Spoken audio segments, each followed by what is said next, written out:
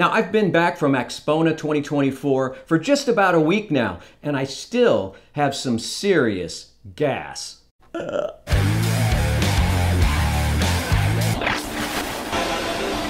Hi, I'm Bob, and you, my friends, are in the United States of Analog once again. You are a citizen, a card-carrying member of our great nation of audio exploration, and I think I already used that one in the last video, but that's okay. Now today we're going to talk about GAS. What is GAS? It's an acronym, it's a term that I borrowed, I believe, from the world of electric guitars and musical instruments. I think musicians have been using the term GAS for a long time. Gear Acquisition Syndrome. That desperate, instantaneous need to want to buy something.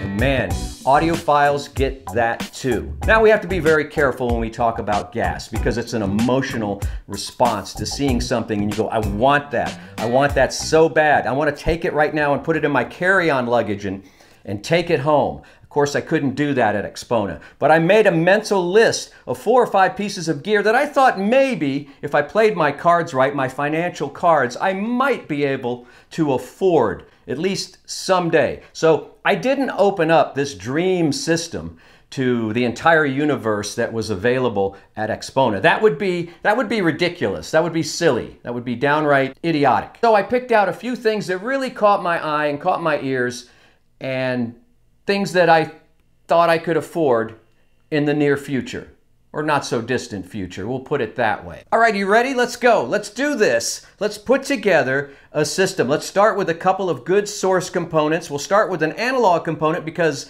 we are in the United States of Analog, and I'm pointing at a shirt that doesn't say analog on it right now. I forgot. I changed wardrobe. At Axpona, I got to meet the fine folks from Michelle in England. And I love England. There's a special place in my heart for the UK because I lived there for 8 years when I was growing up.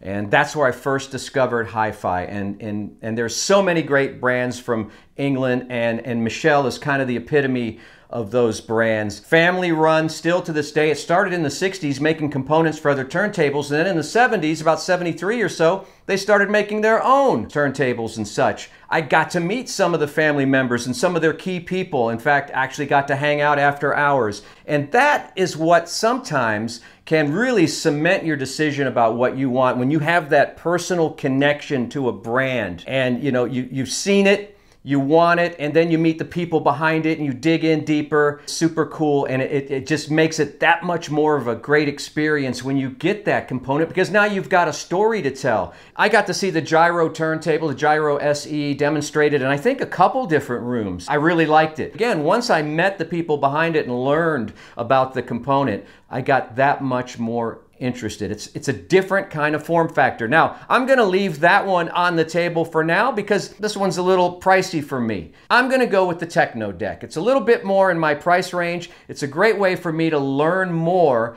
about the Michelle line and get accustomed to just a higher quality turntable that maybe I'm accustomed to. So that's what I'm going to do for a turntable. Michelle from England, and I hope to get one in soon. Next up, oh man, I'm telling you, I'm repping Cambridge right now. There they are, right there. They gave me this shirt. The shirt, the free $5 shirt, did not influence my decision to include the Cambridge Audio Evo 150 DeLorean Edition, 1,000 made. This is a streaming amplifier, all in one kind of system. It's so beautiful. It's so sleek. The lines are so sharp. What is it about the British audio companies that enable them to do kind of mid-century modern design so well? I wish more American companies would adopt these looks like Leek and NAD and Cambridge Audio, and I apologize to Cambridge for naming some competitors, but you know, we're all in this together.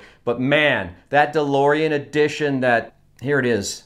Look at that stainless steel. It's got customizable sides, and the VU meters, the digital VU meters or the virtual meters, are in a software update that is coming very soon if you have the 150. Now, they only made 1,000 of these, 150 watts per channel. Another piece of gear I got to have. I'll probably just get the regular Cambridge 150 unit, and that's another piece of kit I would love to have in my home to try out. So Cambridge, if you're listening, I'll trade you this shirt for a 150 for 2 weeks. Hey, please hit the like button. You'll be helping my channel. Well, I'm sure glad Cambridge included pre-outs with that Evo 150 because I'm going to connect it to two of the sickest units I saw at the whole show in the Geshelli Labs room. Dual monoblocks in plexi. These are one-offs. They're not even available. This was crazy. And chief engineer at Geshelli, Gino, made these things over the course of, I guess, a few nights. It just blew my mind. Look at these things. These are sick. I'm going to connect these to my new Cambridge Evo 150. I don't have any more details. Gino was very difficult to get to at this show. Those Geshelli rooms were super, super popular. Man, I hope he puts these in production, and man, I hope they're in plexi like they are here. It's probably totally impractical. It looks sick. Now it's time for the speakers, and at Expona, I saw all kinds of speakers, from the very exotic and expensive to some of the brands and speakers that I've wanted over the years. Like, I still want Wharfedale Lintons. Call me crazy. That's nothing crazy about that at all. They're fantastic. I saw some new speakers from Leek.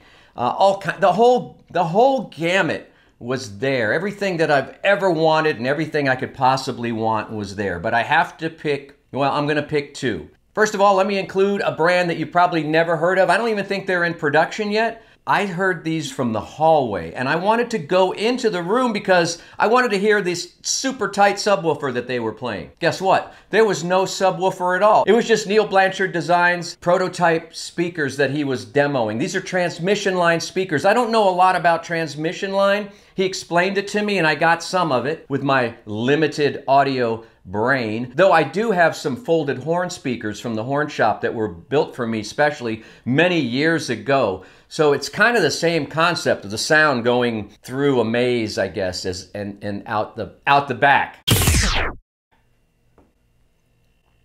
as it were. Anyway, these speakers sounded phenomenal. I have no idea of the pricing. I have no idea if they're even available. We've got to get with Neil. I don't know if there's a prototype he can send out, but these things were spectacular. Some of the tightest bass I've ever heard without a subwoofer.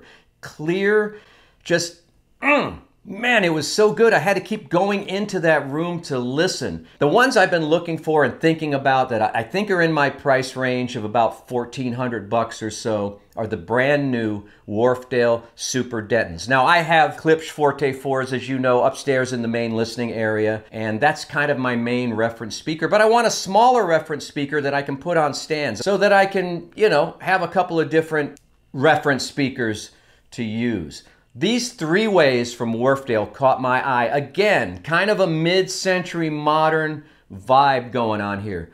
The smallest three-way may be in existence, I'm not sure, but these things are tight. They're solid, they sound great. Look, I'm gonna get them. There's no doubt in my mind, one way or the other. And I'm gonna put them on my next item, the solid steel stands. Now, I've already got a set of black solid steel stands upstairs. They're from Italy, and I met Gaetano from Italy, and he's a fantastic dude, man.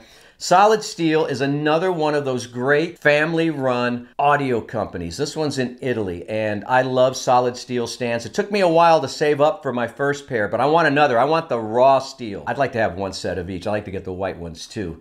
I'll find a place for them. I'm going to add that to my list of things that I want, that I'm gassing for. So that's it. That's the whole system from beginning to end. I don't know really if it would work all together, but I want those individual components, and I'll find some place to put them right here in the United States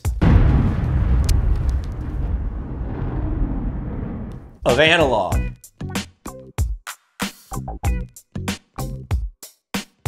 Actually bring a camera and some gear and shoot some stuff. Now that I know how to do it now. I know how to do the big audio show. I think, maybe, possibly.